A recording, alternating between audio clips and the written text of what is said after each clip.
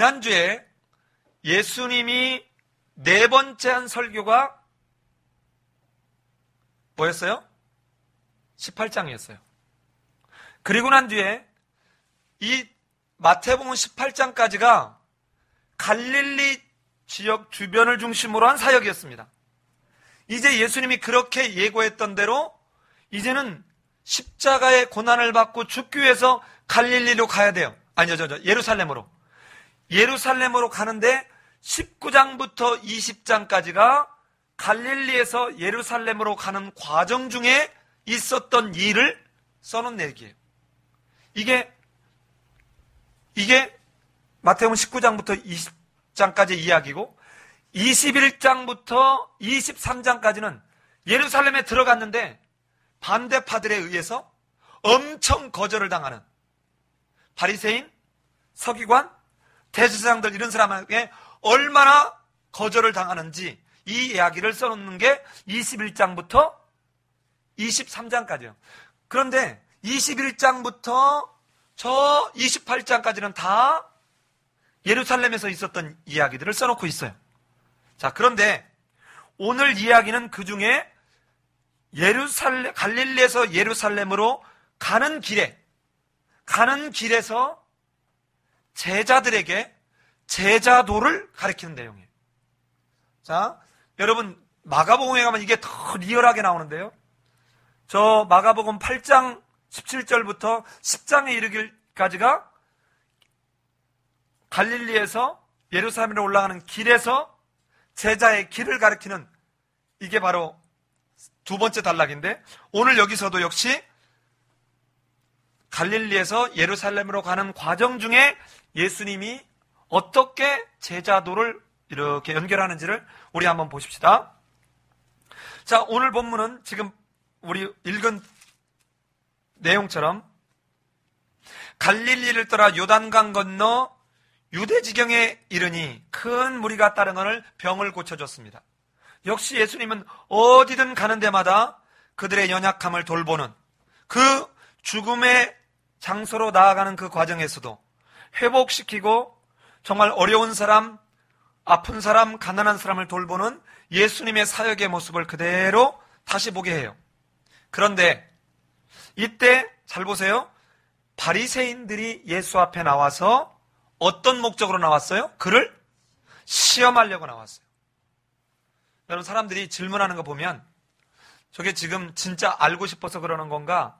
아니면 자기 아는 거 과시하려고 그러는 건가? 아니면 진짜 시험하려고 그러는 건가? 여실히 알아요. 근데 지금 이 바리새인들이 예수님을 시험하려고 하는데 무엇에 관해서 묻냐? 이혼에 관해서 말합니다. 아내를 버리는 것이 옳습니까? 라고 물어요.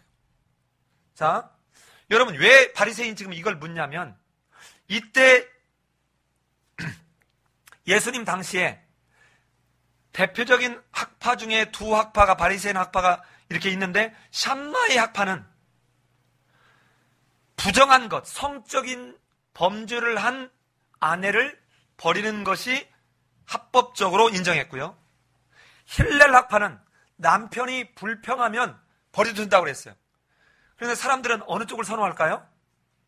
예, 조금만 남편이 남자 입장에 봤을 때 마음에 안 들면 어느 정도 심했냐면 나중에는 나 저 여자하고 이혼한다 하고 이렇게 외치면 그리고는 끝나는 거예요. 얼마나 여자를, 그 당시에 여자는 이렇게 아주 뭐랄까요, 그 약자요, 보호받기 어려운 존재인데 이렇게 쉽게 이혼을 해버리면 이 여자들은 어디 가선가 누구의 노예로 살아가거나 아니면 정말 몸을 팔면서 살아들 만큼 처절한 상황인데 쉽게 자기의 이익을 위해서, 자기가 더 돈 많은 여자, 자기가 뭔가 이런 걸 위해서 쉽게 그냥 나 저 여자 싫어, 저 여자하고 이혼한다라고 외치면 그냥 이혼할 수 있는. 그러니까 지금 이 이혼의 문제가 엄청나게 심각한, 이 당시에 아주 심각한 사회 문제가 되어 있는 이 상황에 바리새인들이 묻는 거예요. 그랬더니 예수님이 사람을 지으신 이가 하나님이 본래 그들을 남자와 여자로 지으시고 사람이 그 부모를 떠나서 아내에게 합하여 그 둘이 한 몸이 될지니라 하신 것을 읽지 못하였느냐? 그런즉 이제 둘이 아니요 한 몸이니 그러므로 하나님이 짝지어 주신 것을 사람이 나누지 못할진지라. 창세기 2장 24절에 있는 말씀을 들어서 안 된다는 거예요. 자, 그랬더니 그 바리새인들이 뭐라고 묻습니까? 그러면 모세가 이혼 증서를 써서 주면 된다라고 했던 말은 이게 뭐 잘못됐습니까? 잘 보세요. 이 바리새인들이 얼마나 사단 같은 존재인지. 자, 7절에 보면 모세 여짜오되 그러면 어찌하여 모세는 이혼 증서를 주어서 버리라 뭐 하였나이까? 명하였나이까? 모세는 명한 적이 없습니다. 모세는 명한 적이 없어요.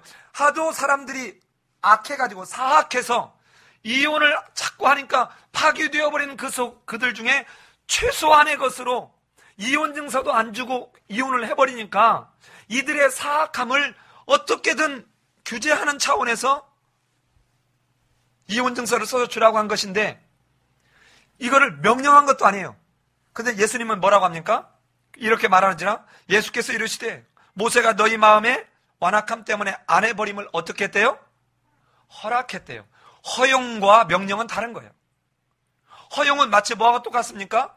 잘했다라고 인정하는 것이 아니라 그들의 사악함 속에서 그냥 최소한으로 어떻게든 이것을 최소화시키려고 하는 최소한의 규정을 두는 거예요. 이혼 증서를 줄 때 다시 한번 돌이킬 수 있는 뭔가 이런 일이 벌어지는 것을 최소화시키려고 하는 거예요. 그러니까 잘했다라고 인정하는 것이 아닙니다.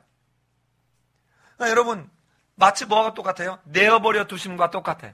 내어버려 두심은 인정이 아니라 그냥 그래 진짜 그러고 싶냐? 이렇게 애들 지 혼자 걷겠다고 하니까 엄마가 어떻게 해요? 어느 때는 막 울고 땡깡 부리니까 손 한번 놔줘봐. 가다가 꼴깍 하고 넘어져. 그봐 내가 뭘 했니? 그러니까 손을 놔주는 것은 너 내가 인정한다 이 말이 아니에요. 너 진짜 그렇게 하고 싶어? 하고는 일시적으로 허용하는 거예요. 잠정적으로 허용하는 거예요. 이것은 인정하고는 다른 것이죠. 자, 이렇게 이 바리새인들의 말이 아담과 하와를 꼬셨던 뱀처럼 말을 싹 바꿔요.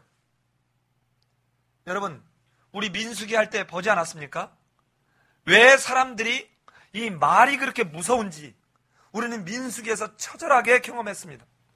이 말 때문에 인류가 이 아담과 하와가 망하는 것부터 시작해서 끊임없이 이런 상황에 도래했다는 것을. 그런데 그때 본래는 그렇지 아니하다는 것이죠. 그러니까 원래 하나님의 창조 질서는 그게 아니다. 남자와 여자가 연합하여서 한 몸을 이루는 것은 하나님의 창조 질서의 신비 중에 해당한다는 거예요. 이 신비를 인간의 악함이 이걸 망가뜨려 놓고 있다는 것이죠. 그래서 어쩔 수 없이 모세는 이렇게라도 해서 그가 합법적으로 이혼된 존재인 것을 알게 하도록, 그리고는 이렇게 합법적으로 이혼하고 난 뒤에 어떻게 재혼할 사람은 또 재혼해서라도 이 약자를 보호하려고 하는 그런 측면이었는데 지금 바리새인들은 그렇게 생각하고 있지 않다는 거예요. 근데 예수님은 여기서 뭐라 합니까? 내가 너에게 말하노니 누구든지 음행한 이유 외에 아내를 버리고 다른 데 장가드는 자는 간음합니다. 자, 보세요. 바리새인들이 이렇게 질문해서 바리새인들한테 답을 했는데 이 문제의 초점은 여기서 머무르지 않습니다. 여러분 10절을 한번 가보세요. 10절을 같이 한번 읽읍시다. 시작. 사람이 아내에게 이같이 할진대 장가들지 않는 것이 좋겠나이까? 자, 바리새인이 질문했는데 제자가 뒤에 등장해요. 이런 게 3번 등장합니다. 자, 제자들이 이렇게 물었더니 예수님께서 뭐라고 합니까? 사람마다 이 말을 받지 못하고 오직 타고난 자라야 할지니라. 어머니 태로부터 된 고자도 있고 사람이 만든 고자도 있고 천국을 위하여 스스로 된 고자도 있도다. 이 말을 받을 만한 자는 받을지어다. 잘 들으세요. 지금 이 19장부터 20장 19절까지 해서 무엇을 얘기하냐면 죽음의 장소인 예루살렘을 올라가면서 이 올라가는 이 길 속에 제자들에게 제자가 세상의 원리와 어떻게 달라야 되는지를 설명하고 있는 거예요. 그러니까 바리새인들이 한 말을 가지고 지금 누구를 가리키는 겁니까? 제자들을 가리키는 거예요. 이 말은 제자들아, 너희는 세상의 풍조, 세상의 원리, 세상의 가치관 따라가면 안 돼 하고는 첫 번째 윤리에 관해서 얘기하는 거예요. 이게 이혼의 예를 들어서 제자가 세상 속에서 살아갈 때 세상의 윤리를 따라가면 안 되고 하나님 나라의 윤리를 따라가라는 거예요. 그런데 이 하나님의 나라의 윤리인데 그 당시에 가장 심각했던 문제 중에 하나가 뭐냐면 쉽게 이혼하는 거예요. 여자를 버려버리는 일이에요. 이거를 바리새인이 질문한 이걸 가지고 제자들에게 너희들이 세상에서 살 때 세상 윤리를 따라가면 안 되고 하나님 나라의 윤리를 따라가라 하면서 얘기하는데 제자들에게 요구하는 그러면 결혼에 관한 원리가 뭐냐? 제자가 택할 수 있는 건 바리새인들이 생각하는 세상적인 것과는 다르게 둘 중에 하나라는 것이에요. 어떻게 둘 중에 하나냐? 이혼이 없는 결혼 관계를 유지하든지. 자, 한 번 결혼하면 절대로 음행한 연고에는 이혼하면 안 된단 말이에요. 즉 다시 말하면 이혼이 이미 여러분 성적으로 가늠했다면 결혼 관계가 이미 깨져버린 거죠. 그러니까 실제로 이건 이혼이 아닌 거예요. 잘 보세요. 이미 결혼한 사람이 다른 남자, 다른 여자하고 관계를 가졌다면 이것 자체가 이미 결혼 관계가 깨어져 버린 거예요. 그러면 이때 음행한 연고 외에는 이혼할 수 없다고 말한 것은 음행한 연고는 이미 깨어져 버린 부부관계, 이 혼인관계를 확인하는 것이지 새로 이혼을 하는 일이 아니에요, 실은. 무슨 말인지 아시겠습니까? 자, 그런데 그렇다면 지금 제자들에게는 너희가 음행한 연고로는 이혼해도 좋다 이 말을 하려고 하는 게 아니고 너희는 이혼 없는 결혼을 하든가, 그러니까 절대로 이혼에 도달할 어떤 가늠하는 일을 해서는 안 된다 이 말이에요. 자, 그러니까 제자가 택할 수 있는 길은 둘 중에 하나인 거예요. 이혼이 없는 결혼을 하든가, 두 번째는 하나님 나라를 위해서 그냥 결혼하지 않고 그냥 지내든가. 이게 제자가 택할 수 있는 길이라 하는 거예요. 근데 지금 그 당시에 있었던 이 바리새인이 질문하는 이 이혼에 관한 것과는 너무도 엄격한 윤리죠. 하나님 나라의 윤리는 세상의 윤리와 이렇게 다르다는 거예요. 이게 첫 번째 말한 19장 3절부터 12절에 있는 말씀입니다. 두 번째는 13절로 15절에 있는 말씀이에요. 자, 이거는 뭐냐? 여기서도 재밌는 말이 나오죠? 사람들이 예수께서 안수하고 기도해 주기를 바라서 어린아이를 데리고 왔더니 그 뒤에 누가 나서요? 제자들이 나서서 꾸짖어요. 자, 사람들이 어린아이를 데리고 왔는데 제자들이 꾸짖어서 뭐라고 그래요? 그랬더니 예수님이 뭐라고 합니까? 어린아이를 용납하고 내게 오는 것을 금하래요? 금하지 말래요? 금하지 말라는 것이에요. 자, 그렇다면 요 얘기는 지금 뭐를 하려고 할까요? 앞에서 하나님 나라의 윤리를 얘기했다면 여기서는 너는 세상적인 가치관 속에서 갖는 지위에 대한 인식이 아니라 하나님 나라 가치관 속에서 지위를 가져야 된다. 자, 앞에서 어린아이와 같이 낮추지 않으면 하나님 나라에 들어갈 수 있대요? 없대요? 없다는 이야기를 들었는데도 불구하고 제자들이 지금 꾸짖어요.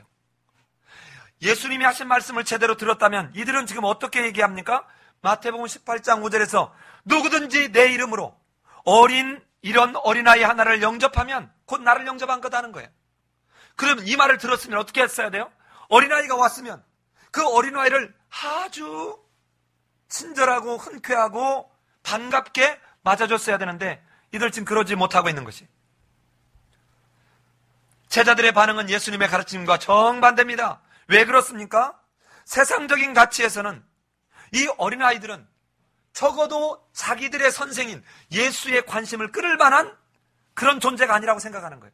이게 누구의 지금 지위에 대한 인식입니까? 세상적 가치관에서 나온 지위에 대한 인식이에요. 그런데 이 제자들의 생각과는 전혀 다르게 예수님은 뭐라고 얘기합니까? 어린아이를 용납하고 내게 오는 것을 금하지 말라. 뭐가? 천국이 이런 사람의 것이니라. 하나님의 나라가 이런 사람의 것이니라. 제자들이 지금 깨닫고 있는 것 같아요? 못 깨닫고 있는 것 같아요? 여전히 예수님의 가르침 이해하지 못하고 있습니다.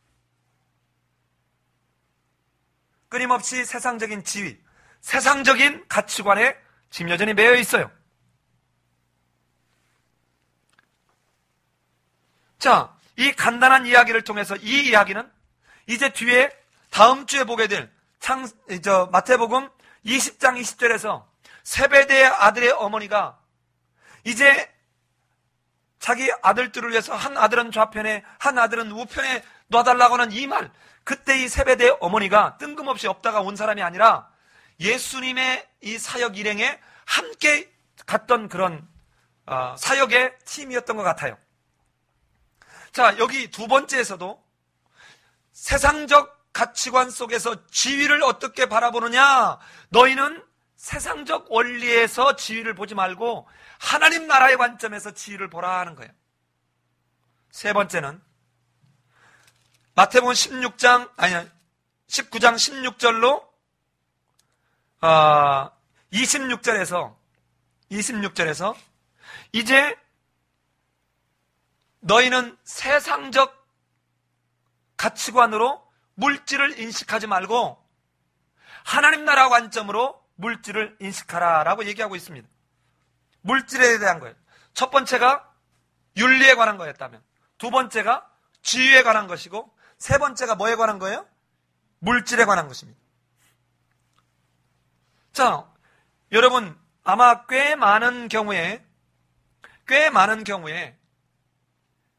이 부자 청년에 관한 비유를, 이 부자 청년은 아주 형편없는 사람이라고 우리가 이렇게 쉽게 그냥 이렇게 정죄해버릴 수 있는 위험성이 많은 본문 중에 하나입니다. 여러분, 적어도 이 지금 어떤 사람이 주께 와서 선생님이여 내가 무슨 선한 일을 하여야 영생을 얻으리까? 여러분, 이 사람은 그동안에 아주 성실하게 도덕적으로 아주 고결한 삶을 사는 사람이에요. 가난한 사람을 돕지 않은 게 아닙니다. 가난한 사람을 많이 도왔어요. 이 사람이야말로 제자가 되기에 부족함이 없는 이런 사람이에요. 지금 이 갈릴리에서 예루살렘으로 올라가면서 제자가 어떤 자가 제자가 되는 것인지, 제자의 삶이 어때야 되는지, 제자의 가치관이 어때야 되는지를 가르치는데, 이 사람이야말로 앞에서 어린아이를 두고 이 어린아이를 무시했고 가까이 오는 것을 꾸짖었던 제자들보다 훨씬 제자가 되기에 부족함이 없는 이 사람이 어쩌다가 이렇게 되는가를 한번 봅시다. 이 사람은 적어도 평생의 소원이 뭐냐면 어떻게 하면 영생을 얻는 것인가 하는 것. 어떻게 하면 영생을 얻는 것인가. 그래서 그동안에 선조들이, 조상들이 얘기했던 그 선을 다 행했다는 거예요. 그러니까 예수께서 이 말을 어떻게 영생을 얻겠습니까? 그랬더니 어찌하여 선한 일을 내게 묻느냐? 선한 일은 오직 한 분이니 내가 생명에 들어가려면 계명을 지켜라 하는, 하나님의 말씀을 지키라는 거예요. 근데 이 사람이 얼마나 뿌듯했는지 뭐라고 대답합니까? 어느 계명이 오니까 예수께서 이르시되 살인하지 말라, 간음하지 말라, 도둑질하지 말라, 거짓 증거하지 말라. 이게 다 무슨 내용이에요? 10계명 얘기하고 있죠. 이 10계명 얘기를 쭉 했습니다. 그랬더니 청년이 이르되 이 모든 것을 내가 지켰사온데 아직도 무엇이 부족하리까? 자, 여러분, 이 부분을 보고 난 뒤에 야, 이놈 되게 교만하네. 어떻게 지가 율법을 다 지켰다고 내가 이 모든 것을 내가 다 지켰사온데 이거를 그가 정말 완벽하게 율법을 지켰다, 이렇게 문자적으로 받아들이면 안 돼요. 이걸 어디서 우리는 힌트를 얻을 수 있냐면 사도 바울이 뭐라고 합니까? 나는 히브리인 중에 히브리인이고 바리새인 중에, 율법으로는 바리새인이고 율법으로는 뭐가 없대요? 흠이 없대요. 그러면 사도 바울은 율법을 퍼펙트하게 지킨 사람이에요? 아니에요. 이 말은 내가 이런 계명을 정말로 혼신의 힘을 다해서 지금까지 지켜왔습니다. 이렇게 정말 도덕적으로 율법적으로 썩 고귀한, 내가 최선을 다해서 율법을 따라가려고 하고 있습니다. 그랬더니 봐요, 예수님이 이 사람이 얼마나 성실하고 신실하게 살려고 애쓴 사람인지, 만약에 이 사람이 회칠한 무덤처럼 위선적으로 했다면 예수님이 책망했을 텐데, 한마디 책망 없이 예수님이 21절에서 이렇게 말씀합니다. 내가 온전하고자 할진대 가서 내 소유를 팔아 가난한 자에게 주라. 그리하면 하늘에서 보화가 내게 있으리라. 그리고 와서 나를 따르라 하시니 그 청년이 재물이 많음으로 그 말씀을 듣고 근심하여 가니라. 이때 근심하였다 이 말은 또 다르게 번역하면 슬퍼했다 이 말이에요.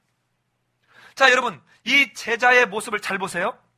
아니, 제자라는 이 부자 청년의 모습을 잘 보세요. 13장 44절 어간에서 한 사람이 밭을 갈다가 보화를 발견했을 때 어떻게 합니까? 기쁜 마음으로 가서 소유를 다 팔아서 보화를 샀어요. 근데 지금 이 사람은 기쁜 마음으로 갔던 그 사람과 정반대지는 어떻게 됐다고요? 슬퍼하며 떠나갑니다. 자, 이 말은 무슨 말입니까? 나시린처럼, 나시린이 세 가지를 지켜야 됐죠. 첫 번째가 뭐예요? 독주를 마시지 말라. 예, 머리에 삭도를 대지 마라. 예, 부정해지면 안 되는 시체에 이렇게 가까이 하면 안 되는 것이죠. 자, 이 중에 하나만 어떻게 하면 되나요? 세 딸을 지켰어야 됩니다. 이 지금 부자 청년, 율법적으로, 윤리적으로 또 예수님 앞에 나와서 내가 이렇게 열심히 하려고 합니다라고 어떤 세상적 지위 이런 거 다 내려놓고 와서 물었던, 정말로 나무랄 데 없는 이 사람에게, 이 사람이 제자로 오면 한 가지 정도 부족한 것은, 그래, 너는 내가 훈련시켜서 잘하게 하마, 이렇게 할 수 있잖아요. 그래도 지금 내치고 있는 거예요. 내치고 있는 거예요. 지금 이 제자를 받아서 잘 훈련시켜줄 일이지, 이 제자를 왜 내치듯 그로 슬퍼하며 떠나가게 하냐고요. 제자의 길은 온전한 헌신이 없이는 따라갈 수 없다는 거예요. 하나님과 재물을 겸하여 섬길 수 없는 것처럼 두 주인을 섬길 수 없는 거예요. 지금 실제적으로 보면 적어도 앞에서 범했던 바리새인이나 그 다음에 어린아이를 놓고 실수하는 진짜 예수님의 제자들보다 더 율법적으로 계명을 지키는데 훌륭한 이 사람이 왜 내쳐지냐는 거예요. 이런 내쳐지는 모습을 통해서 보세요. 부자 청년으로 등장했는데 23절을 한번 읽어봅시다. 23절을 시작. 예수께서 제자들에게 이르시되 내가 진실로 너희에게 이르노니 부자는 천국에 들어가기가 어려우니라. 잘 보세요. 아까 바리새인이 시험하려고 왔는데 예수님이 이 바리새인 사건을 가지고 누구를 가리켜요? 제자들을 가리켰어요. 잘 보세요. 그리고 난 뒤에 어떤 사람들이 어린아이를 데리고 와서 안수해주고 기도해주기를 하는 일을 가지고 제자들이 꾸짖었는데 지금 이걸 가지고 누구에게 가리켜요? 제자들에게 가리켜요. 세 번째, 물질적 가치관에 대해서 지금 부자 청년이 와서 묻는데 그에게 설명을 하는데 설명하고 나서 마지막에 누구를 가리켜요? 제자들을 가리켜요. 제자들을 가리켜요. 자, 봅시다. 그러면서 뭐라고 해요? 천국에 들어가기가 부자가 천국에 들어가는 것이 이렇게 어렵다. 다시 너에게 말하노니 낙타가 바늘귀로 들어가는 것이 부자가 하나님의 나라에 들어가는 것보다 쉬우니라. 이 말을 딱 들은 제자들이 듣고 몹시 놀라. 그렇다면 누가 구원을 얻을 수 있겠습니까? 이제 얼마나 당황했을까? 저렇게 훌륭한 사람도 내쳐지는 판에 자기가 어떨까라는 이 두려움. 제자들의 이 놀람은 지극히 정상적인 것이죠. 이 사람은 그냥 희쭈그레한 사람이 아니에요.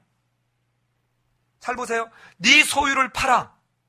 네 소유를 팔아 가난한 사람에게 주고 나를 따르라. 지금까지 자기 소유 중에 일부를 팔아서 가난한 사람도 도왔고 다 했지만 이제 네가 마지막 부여잡는 이거 내려놔라.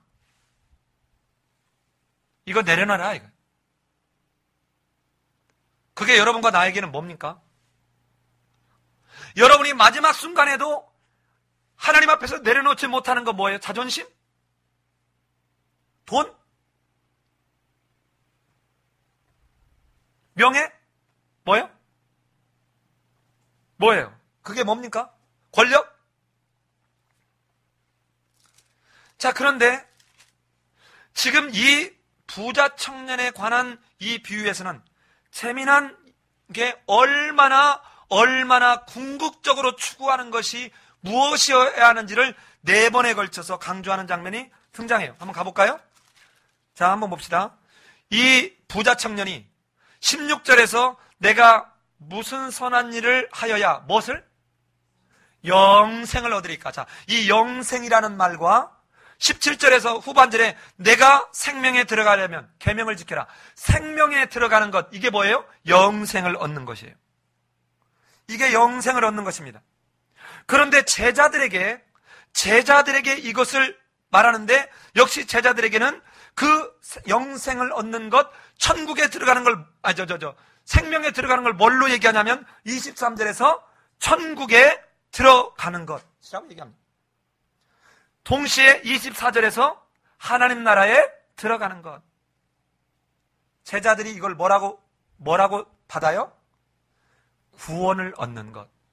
자, 영생, 생명에 들어가는 것, 하늘나라에 들어가는 것. 구원이 어떻다는 겁니까? 같은 거예요. 그러니까 최고의 가치, 최고의 추구하는 것이 영생을 얻는 것입니다. 하나님의 나라를 얻는 거예요. 마태복음 전체의 주제인 하나님의 나라를 얻는 것을 어떻게 해야 되느냐 하는 이야기예요. 자, 그런데 그 비결이 21절에 나와 있습니다. 자, 21절 같이 한번 읽어보십시다. 21절 시작. 예수께서 이르시되 내가 온전하고자 할진대 가서 내 소유를 팔아 가난한 사람에게 주라. 그리하면 하늘에서 보화가 내게 있으리라. 그리고 와서 나를 따르라. 여러분 잘 들으셔야 됩니다. 자, 저를 좀 보세요. 궁극적인 목표인 영생을 얻는 것, 즉 하나님 나라에 들어가기 위한 전제 조건이 뭐냐? 완전해야 돼요. 이 완전하다는 말은 완전하게 하나님 앞에 헌신해야 된다는 거예요. 완전해야 되는 거예요. 이 완전하기 위해서 뭐 해야 되느냐?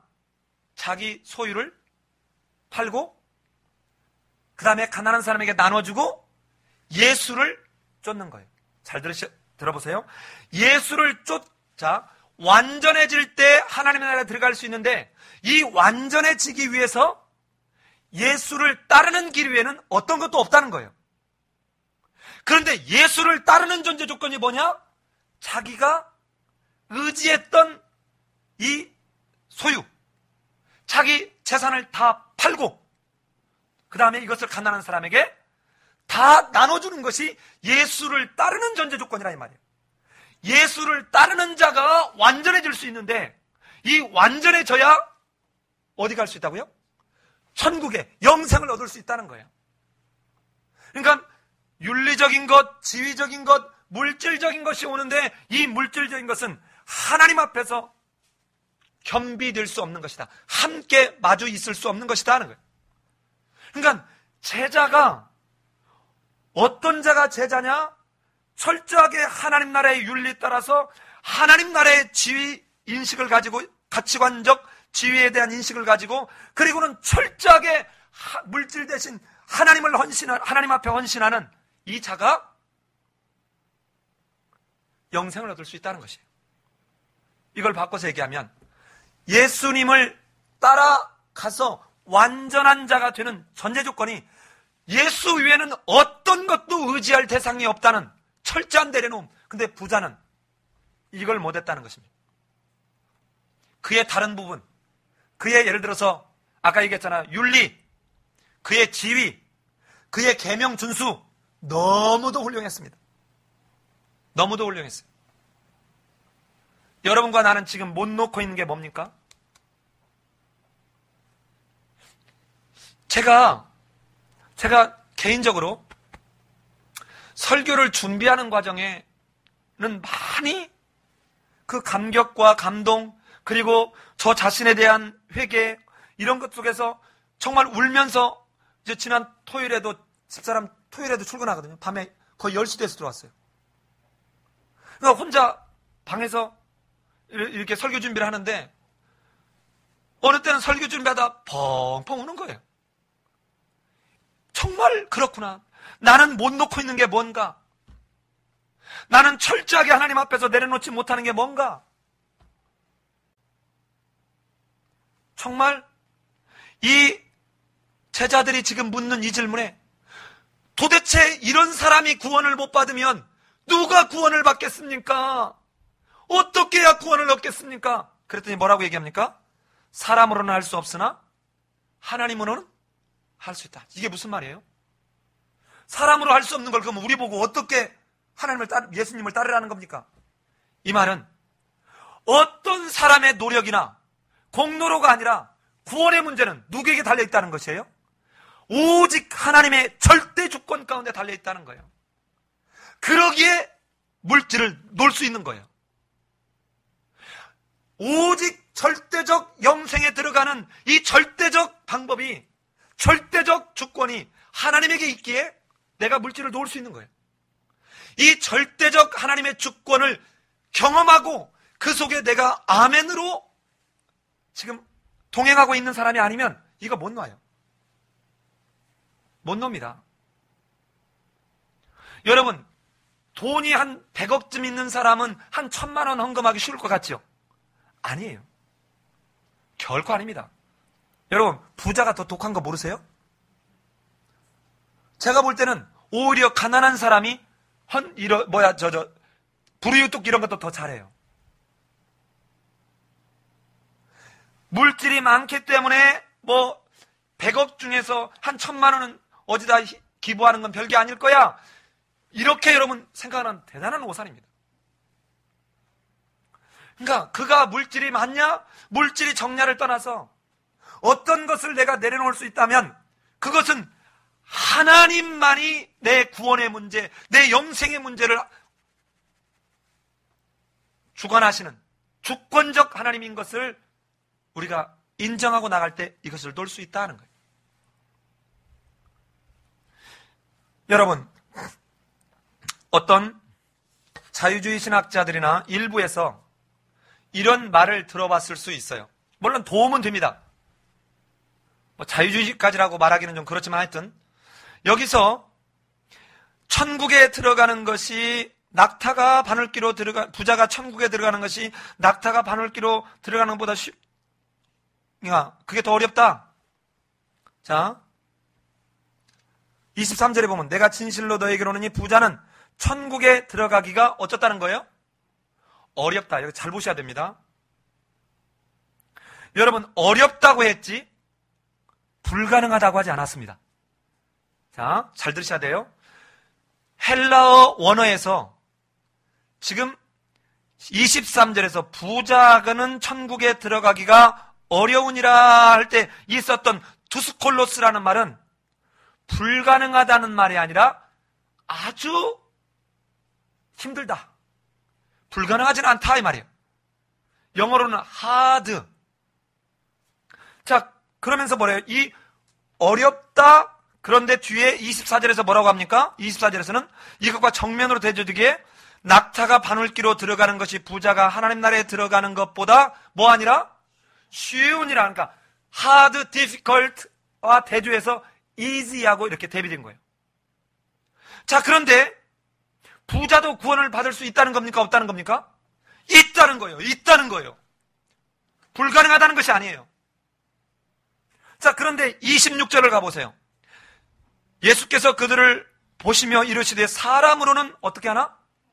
할 수 없으나. 이건 뭐예요? 불가능해. impossible. 전혀 다른 단어를 씁니다. impossible이에요.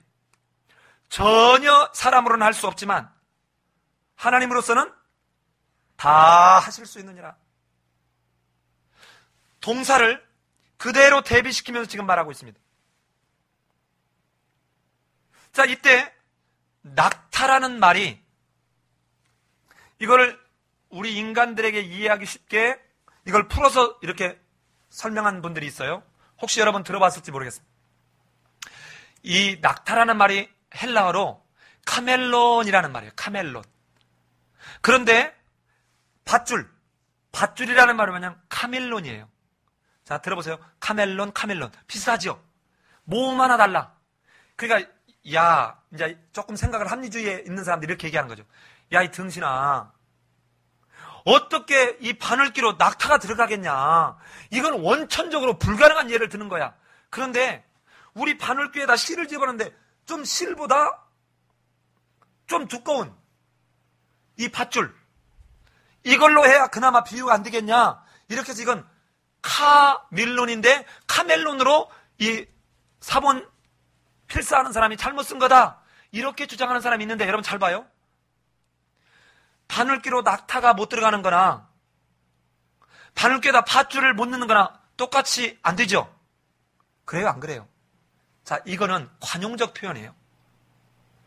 어떻게 관용적 표현이냐 한번 보세요. 야, 그거 별 따기보다 힘들어. 우리 이런 말 하죠? 진짜 별 따는 게 가능해요? 무지무지 어려운 거. 정말 인간으로서는 정말 하기가 어려운 거. 이거 할 때 그거 별 따기보다 어려워. 이런 말 하죠? 관용적 표현이에요. 또 한 사람들은 이렇게 말합니다. 저도 대학 다닐 때 얼마나 이 성경을 알고 싶었는지 미국에 나오는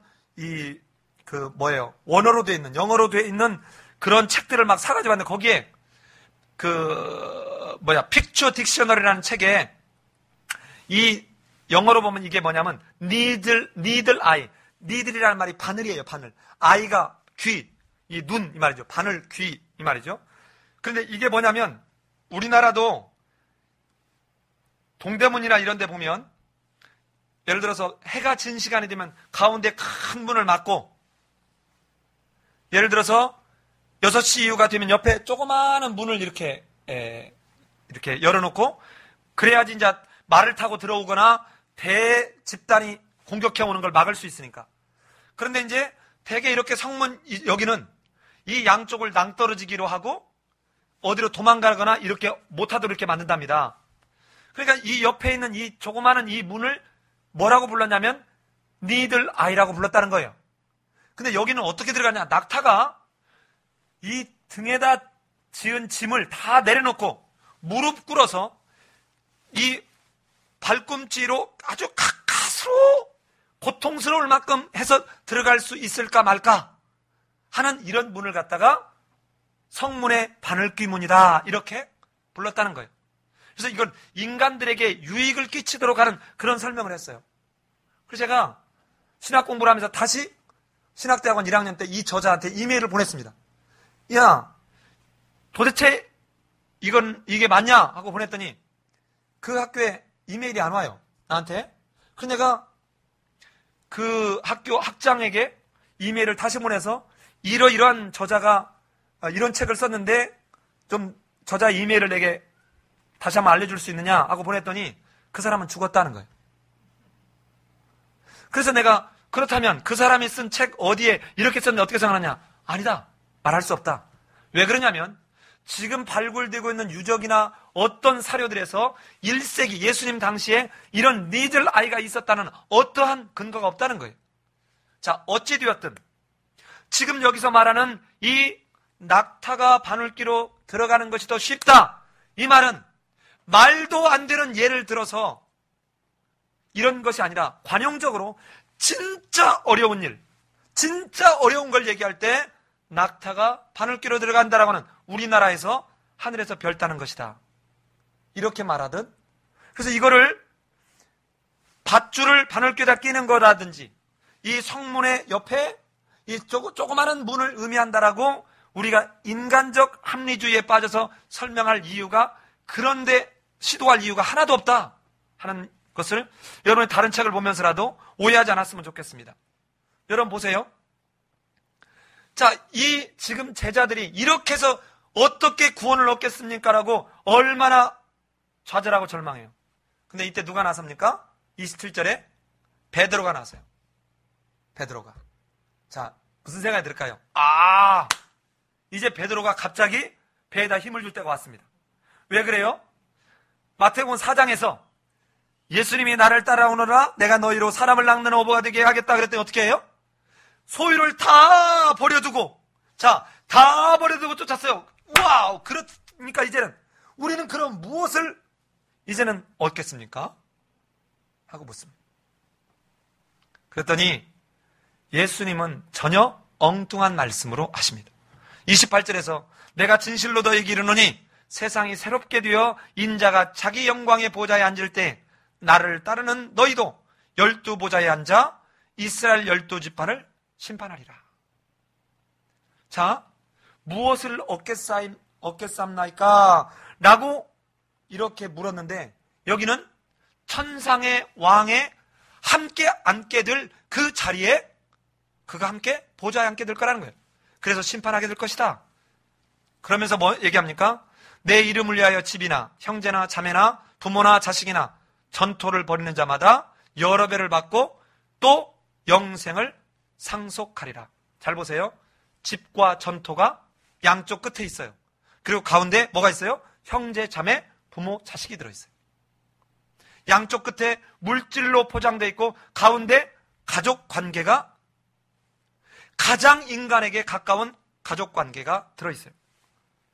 자, 이런 자기 물질, 가족 관계를 내려놓는 그 사람은 여기서 여러 배라고 되어 있는데 여러분 이 여러 배를 100배로 번역해도 괜찮습니다. 왜 그러냐면 실제로 이 마태복음 우리 13장에서 천국 비유할 때 씨 뿌린 자가 100배, 60배, 30배의 결실을 맺겠다고 그러죠? 이때 썼던 헤카톤이라는 단어가 그대로 함께 쓰이고 있어요. 그러니까 여러 배라고 해도 되고 100배의 저걸 받을 것이다. 여러분 그 천국 비유할 때도 무슨 얘기했습니까? 일반적으로 씨를 뿌렸는데 100배를 추수할 가능성은 사실상 없어요.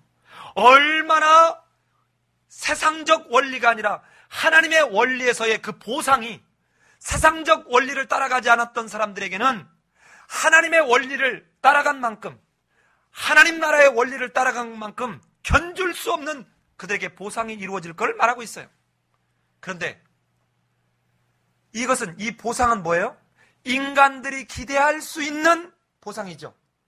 자, 씨를 뿌리면 진짜 폭발적으로 늘어가지고 어떤 보상이 올 수도 있는데 아까 이것은 매우 어려운 일이겠죠.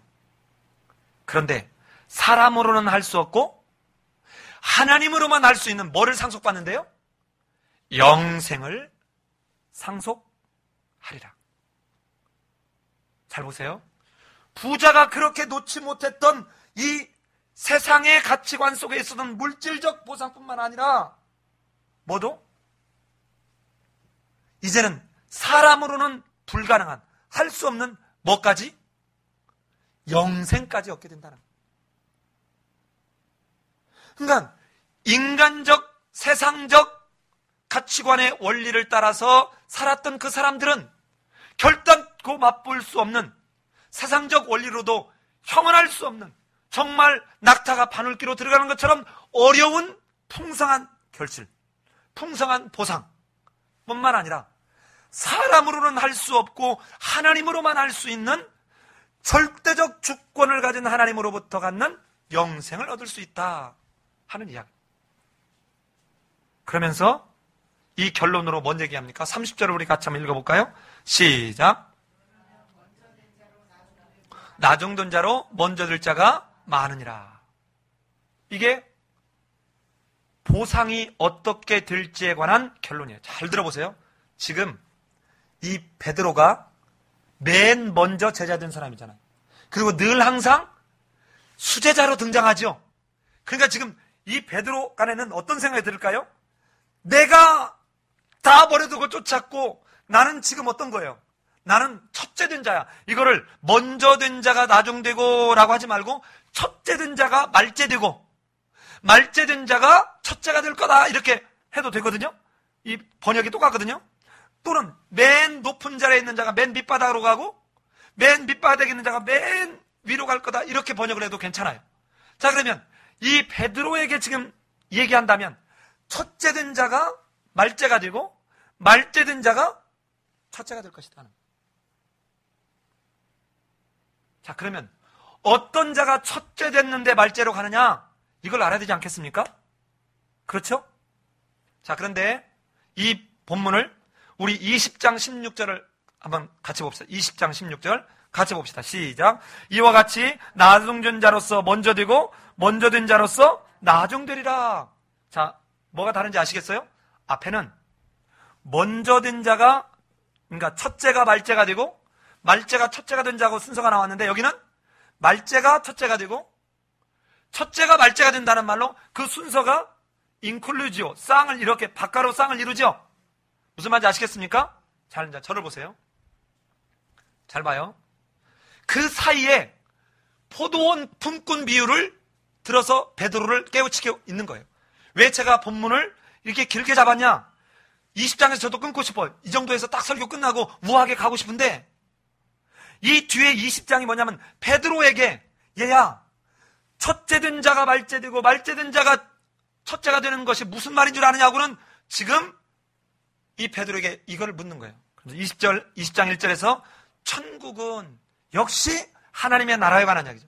천국은 마치 품꾼을 얻어 포도원에 들여보내려고 이른 아침에 나간 집주인과 같다. 자, 봅시다. 이 얘기를 간단하게 말하면, 여러분 지금 포도 딸 때가 돼서 아마 긴박했던 것 같아요. 이 포도 딸 일이 너무 긴박해. 그래서 어떻게 하냐면, 여기서 지금 집주인이 밖에 나가서 사람들을 데려오라 했는데 하루에 한 데나리온을 주기로 하고 나간 거예요. 나가서 몇 시에 왔냐? 제 3시. 여러분, 3시라는 말은 항상 여기서 더하기 6을 하면 돼요. 그럼 몇 시예요? 9시에 데려보냈어. 자, 데려보냈는데 가 데리고 왔습니다. 가서 장터에 3시에 나가봤더니 장터에 사람들이 놀고 있어요. 놀고 서 있는지라 그 사람들을 들여보려고 9시에 또 가서 나가보니까 장터에 사람들이 놀고 있어요. 왜 놀고 있냐고 물어보니까 그들에게 이르되 너희도 포도원에 들어가라. 내가 너희에게 상당하게 주리라 하니 그들이 가고 제6시와 제9시에 또 나가서, 6시면 몇 시예요 그러면? 정오 12시. 제9시면 몇 시예요? 오후 3시. 그런데 또 6절에 가면 11시. 제11시면 몇 시? 오후 5시. 자, 이때 그러면 몇 시까지 일을 하냐? 6시까지 일하는 거예요. 자, 잘 보세요. 아침에 일찍 나가서 데리고 왔고 9시에도 가서 데리고 왔고 그 다음에 6시에도 데리고 오고 9시도 데리고 오고 제11시에도 가서 데리고 온다는 말은 얼마나 지금 추수가 긴박한지 아시겠습니까?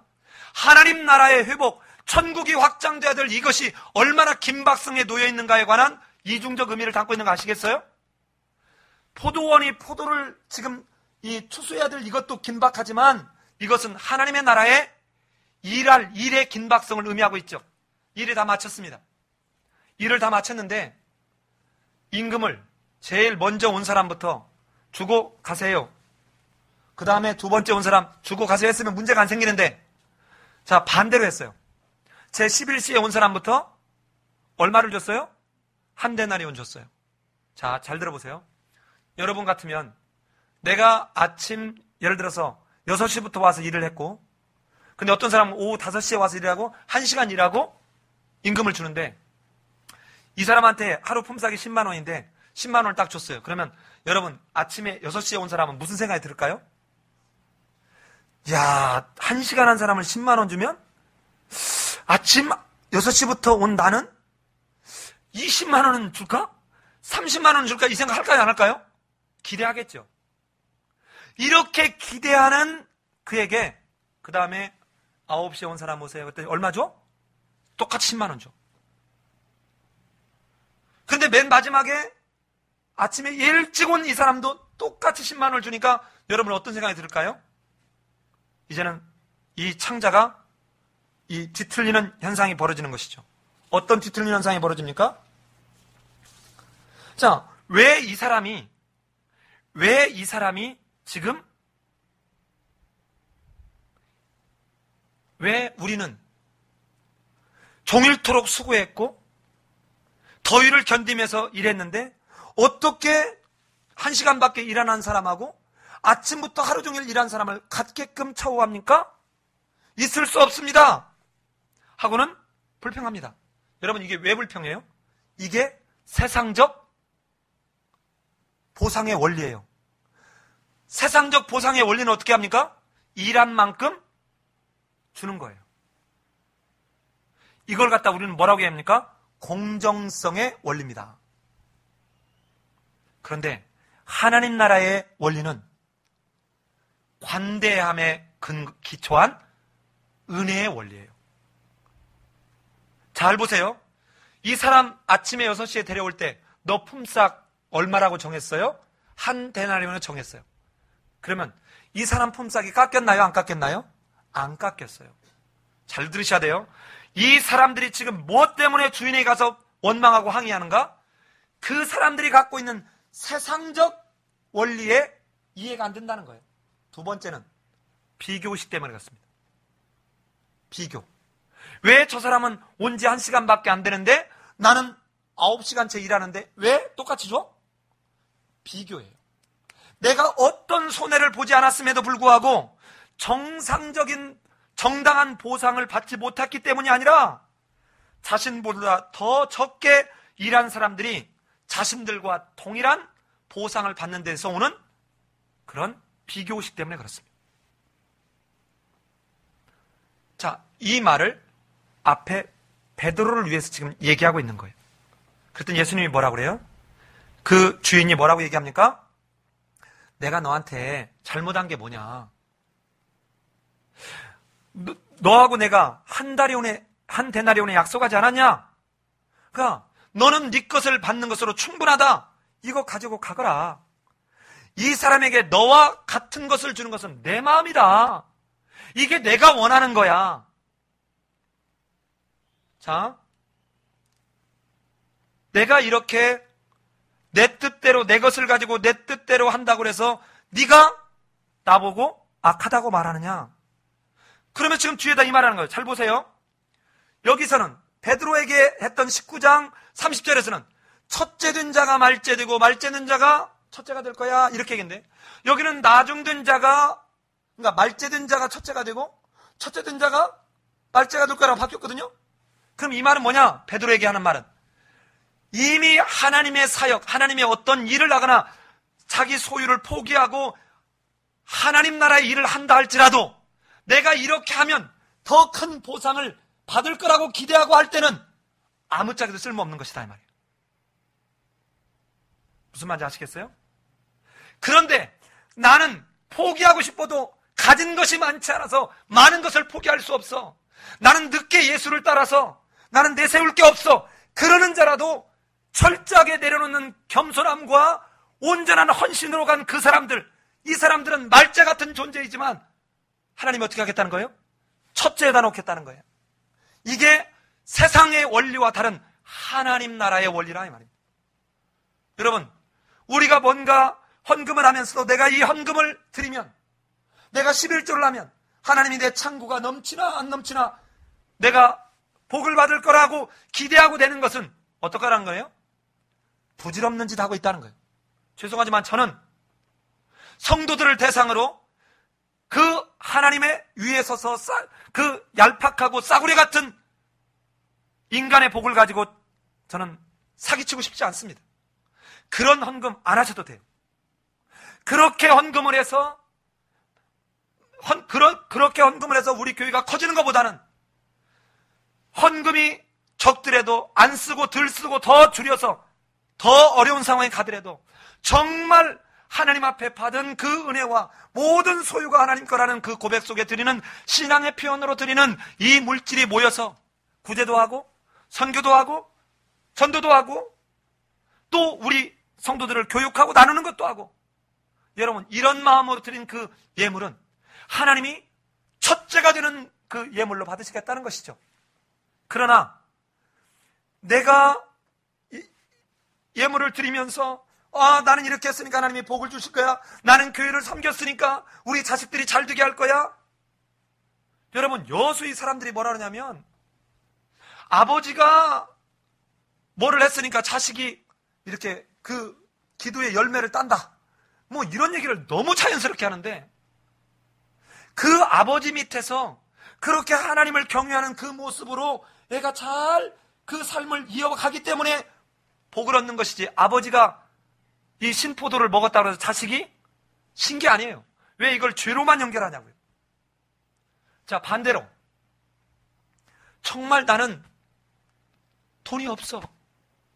남들은 11조를 예를 들어서 30만 원, 50만 원, 100만 원, 200만 원 이렇게 할 때 나는 11조 예를 들어서 3만 원밖에 못한 이 상황이라도 내가 가진 것이 없지만 그 상황에서라도 철저하게 하나님을 신뢰하고 하나님 앞에 내려놓는 이 사람은 오히려 훨씬 많은 것을 드린, 2렙돈을 드린 그 여자의 모습처럼 하나님에게는 비록 적게 드렸지만, 비록 늦게 예수를 믿었지만 그는 하나님이 보좌에 예수 그리스도가 앉게 될 때 함께 앉아서 온 이스라엘과 열방을 심판하는 이런 자리로 봉하시겠다는 것입니다. 그러니까 이 베드로에 관한 이야기와 이 지금 이 포도원의 품꾼의 이야기를 결합하면서 양쪽을 공히 얘기하면서, 베드로야, 네가 지금 다 버려두고 쫓았다고? 네가 지금 맨 처음에 쫓았다고? 그렇다고 해서 지금 너 더 큰 뭔가를 받을 거라고 기대하니? 아니다. 너는 아직도 앞에서 얘기했던